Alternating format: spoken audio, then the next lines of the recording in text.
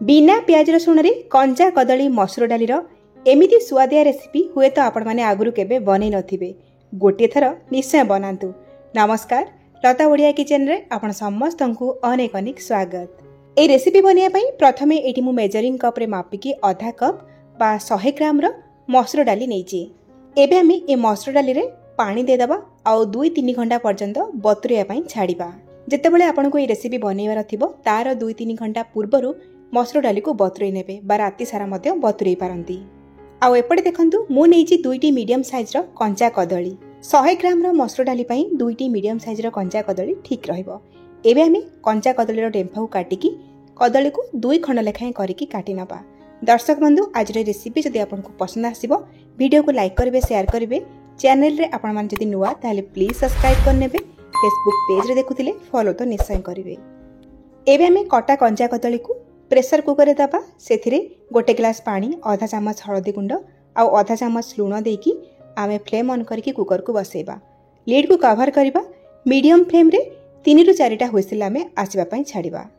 जेमिति कि कंचा कदली भलो भाबरे सिझि जिवो। आउ सिझि गला परे कुकर को भलरे ठंडा करबा। आउ एपटे देखंतु 2 घंटा पर हे गलानी मसूर डाली इटी भलो भाबरे बतुरी जाईची। एबे आमे मसूर डाली को भलो भाबरे धोई आनिबा। आउ मसूर डाली रे थिबा एक्सेस पानी को बाहर करबा।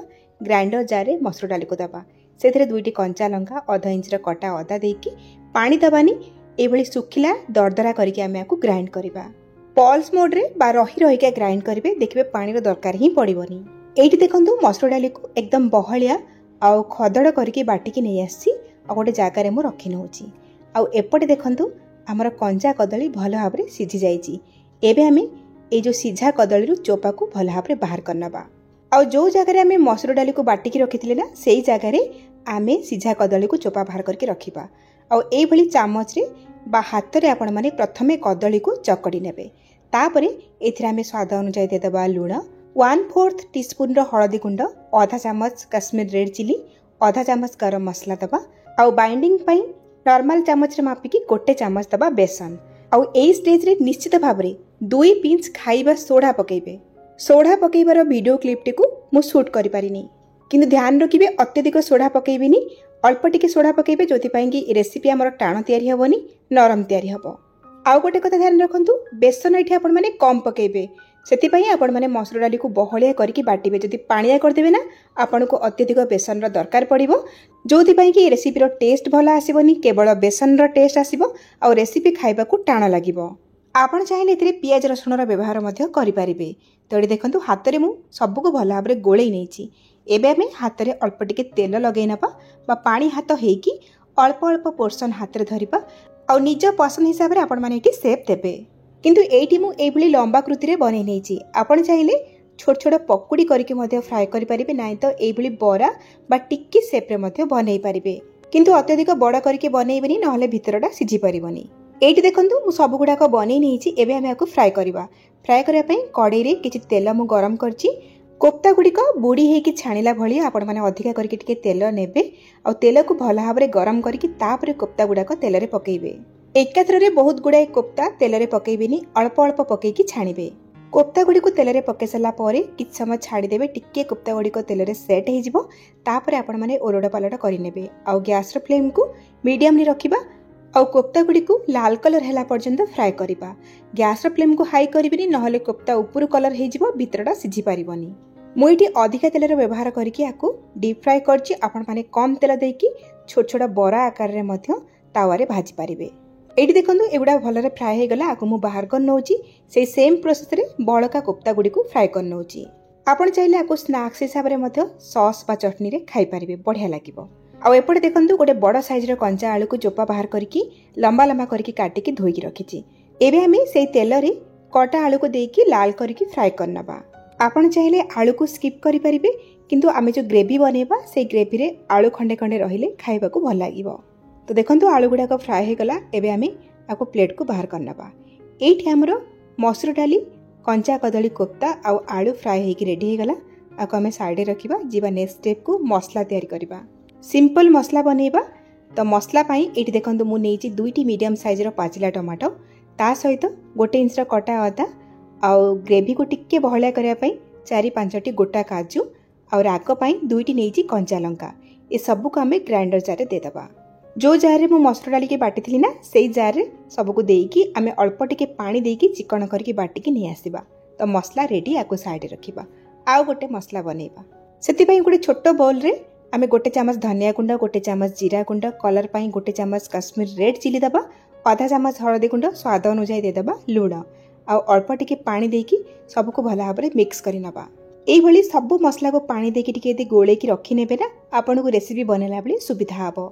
यही मसला भी आमर रेडी हो गला आपको साइड रखा। एपटे से सेम कड़े नहीं जो कि मु कोफ्ता और आलू को फ्राए करी अधिका तेल को बाहर कर देछि। आउ गोटे 2 चामच तेल कड़े अच्छी से तेल रे आम गोटे तेजपत्र, 2टा गुजराती, खंडे डालचीनी, गोटे चामच गोटा जीरा आ गोटे चामच दबा कसूरी मेथी। यही सब को आम किछि सेकेंड पाई भाजी नबा। जीरा फुटिगले आउ गोटा मसलार बास्ना आसीगले आम बाटी रखिथिबा टमाटो, अदा, काजू, कंचा लंका पेस्ट को देदेबा। आ भल भाव गोलैकी आम कभर करके लो फ्लेम रे 4 ରୁ 5 मिनिट पर्यंत कषि नबा जेमती कि तेल पूरा सेपरेट हो। तो 5 मिनिट पर देखो तेल अलग हो आसला माने मसलाटा कषि हो आसला। यही मसला कषि गला आम जो सब गुंड मसला को पानी देकी मिक्स करके रखिले ना से मसला को ये देदेबा।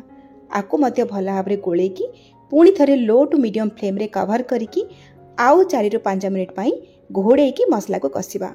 मझे मझे कभर काढ़ी मसला को गोलुवे ना मसला तलू लगी जापे।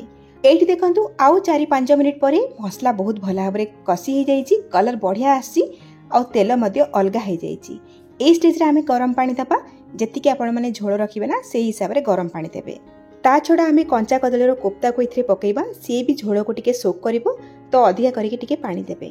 पानी देकी झोल को गोले सारा पर झोल को टिके फुटे नबा। टिके फुटी आसले फ्राए कर रखिथिबा आलू को दबा ता सहित आमर कंचा कदली कोफ्ता को देकी गोले नबा। आबे आम हाई फ्लेम रे तरकारी को भल भाव गोटे फुटा आसला पर्यंत फुटेबा। एभली फुटीगले गैस फ्लेम को आम लो टू मीडियम रे करिबा कभर करके 8 ରୁ 10 मिनिट पर्यंत आम या सिझेबा जो कि तरकारी झोल टिके गाढ़ा हो आलू भी सिझीज ता सहित कंचा कदलीर कोफ्ता सिझीज। तो 8-10 मिनिट पर देखिपे झोल गाढ़ा हो जाइए, बहुत बढ़िया देखा जाउची, कलर बढ़िया आसी, ग्रेवीर टेक्सचर बहुत बढ़िया आसी। एबे आम लास्ट रे गोटे छोट चामच गरम मसला दबा। जदि धनिया पत्र आपण पाखे थिबो निश्चय पकेबे। देकी गोले नबा गैस फ्लेम को ये आम ऑफ कर नबा। एठी तैयारी हो गला मसुर डाली दिया कंचा कदली कोफ्ता करी बा आपण माने मसुर डाली कंचा कदली बरा तरकारी मध्ये कहि परिबे। तो देखंतु ग्रेवीर कंसिस्टेंसी केतिकी अछि एतिकी ही रखिबे, आठु गाढ़ा करिवेनी। आपण माने एहा को रोटी, परोटा, भात सहित खाइबे बहुत बढ़िया लागिबो। खास करके पूजा पर्वाणी दिन मानकरे अरुआ भात सहित याकु खाइबे बहुत बढ़िया लागिबो। तेबे बनांतु, आपनक अनुभूति मो सहित शेयर करंतु।